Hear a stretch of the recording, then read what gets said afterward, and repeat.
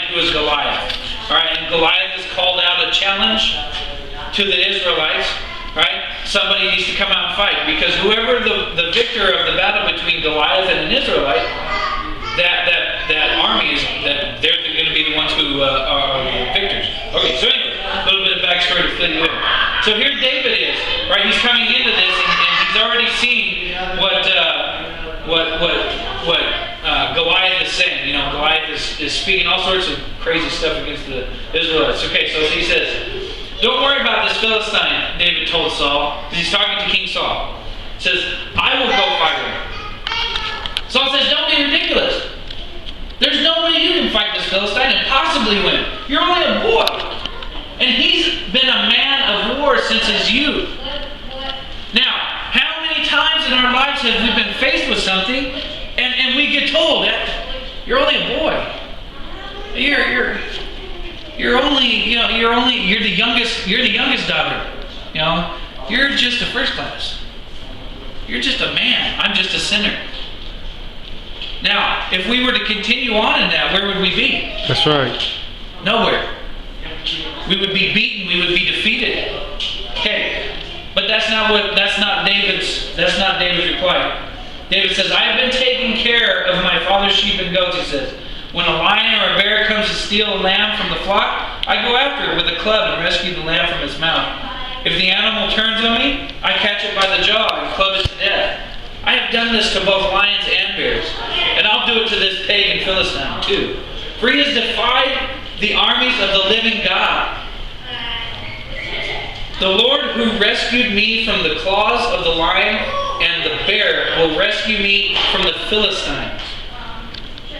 See, David wasn't going to go into battle with this Philistine, Goliath, because he's a seasoned warrior. David hasn't fought a battle in his whole life against another man. Right. David's not going there because he's been highly trained, because he has the weapons of war, because he has an army behind him.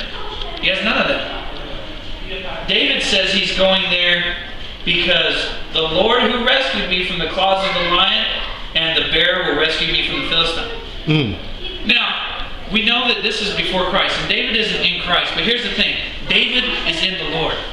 He is coming in that presence, in that identity. Right. He's saying, because God has done this before for me in the past, He will do it now. Right. I know my God. I know what He's going to do. Now here's the thing. This is before Christ. Now how much more can we say now that we are in Christ? That's right. We are after Christ. God has put us in His kingdom. We are sons of that promise. Okay? Now here's the thing. Let's see what happens here. Saul finally consented. "All right, go ahead," he said. "And may the Lord be with you." Then Saul gave David his own armor, a bronze helmet and a coat of mail. David put it on, strapped the sword over it, and took a step or two to see what it was like, for he had never worn such things. "I can't go in these," he protested to Saul. "I'm not used to them." So David took them off again. He picked up 5 smooth stones from a stream and put them in his shepherd's bag. Then, armed with only his shepherd's staff and sling, he started across the valley to fight the Philistine. Now he has victory over Goliath, but he didn't do it going out there in the identity of Saul, with Saul's armor, with Saul's weapons. Now, any other warrior that would have gone out to fight or challenge Goliath would have gone with those, because they're dependent upon those weapons and the identity of a soldier. David's not going out there with that. Right. God has worked in David's life. Right. And He has brought him through battles before, with animals that have weapons far greater than that of the soldier. Okay? And David knows that if he goes in that identity and in that authority, that he's fine. He doesn't have to worry about how big the Philistine is. Right. Nobody else would go out and meet Goliath. Not on their own. Because what do they have to bring? Their weapons couldn't defeat Goliath. But see, David's not bringing them. David's bringing God. And that's why this is so important. We got to understand who we are in Christ. David understood who he was in relationship to who God is and what God will do. And we got to know what we have in Christ, what we can do now. If Christ was able to lay his hand on somebody and heal them, it's not because he had some medicine with him. It wasn't because he brought anything into this other than his own identity. The identity of the Father. He came from the Father.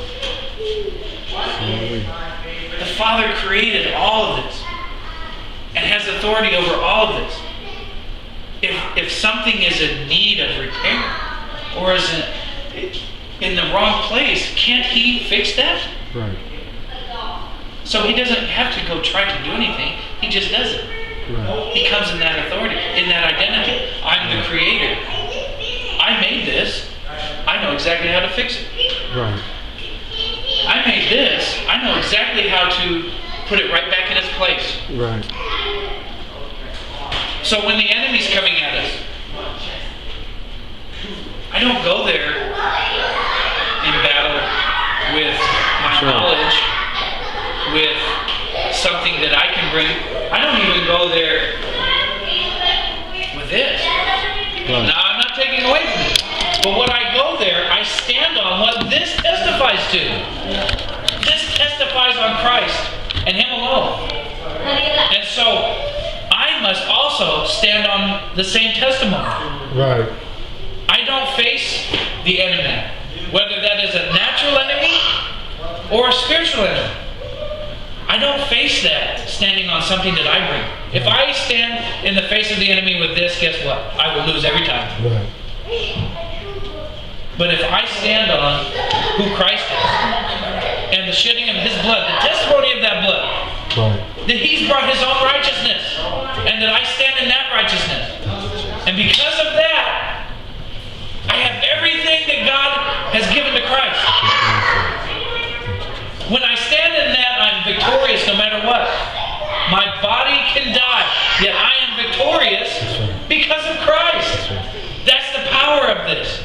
We got to know who we are in Christ. With that, we can be victorious over everything. My attitude. When I have a stinking attitude, and my wife can tell you I have a stinking attitude often, I don't get through that because I'm so good at training myself out of it. I get through that because I realize who I am in Christ. That's not a part of Christ. Right. Right. If we're going to do anything as a part of this body, it has to be because we stand in Christ. That's right. It's His authority, His identity. He's given that to us. Here's something. Here's the summary. My summarization of the good news of this gospel. We were in Adam because Adam was the first human created. And he disobeyed God. His sin brought death into the world. And because we all came from that family, we're all born into sin. And all of us are going to suffer the penalty of death. That's a fact. That is, you can be in India worshiping their gods. You can be in Russia worshiping their gods. You can be here in America worshiping our God. But guess what? No matter where you go, that's a fact. Just like 1 + 1 is 2. That's right. You will die. That's right. Just a fact. Okay, I was in Adam. God showed me His law. He brought down His law, which is nothing more than His nature. Right. The law is just God's nature. Right. And what does God's nature do for me? It shows me, number one, that there's a difference between me and God. That's right. I am not God. Far from Him. Okay? So, the law shows me my sin, reveals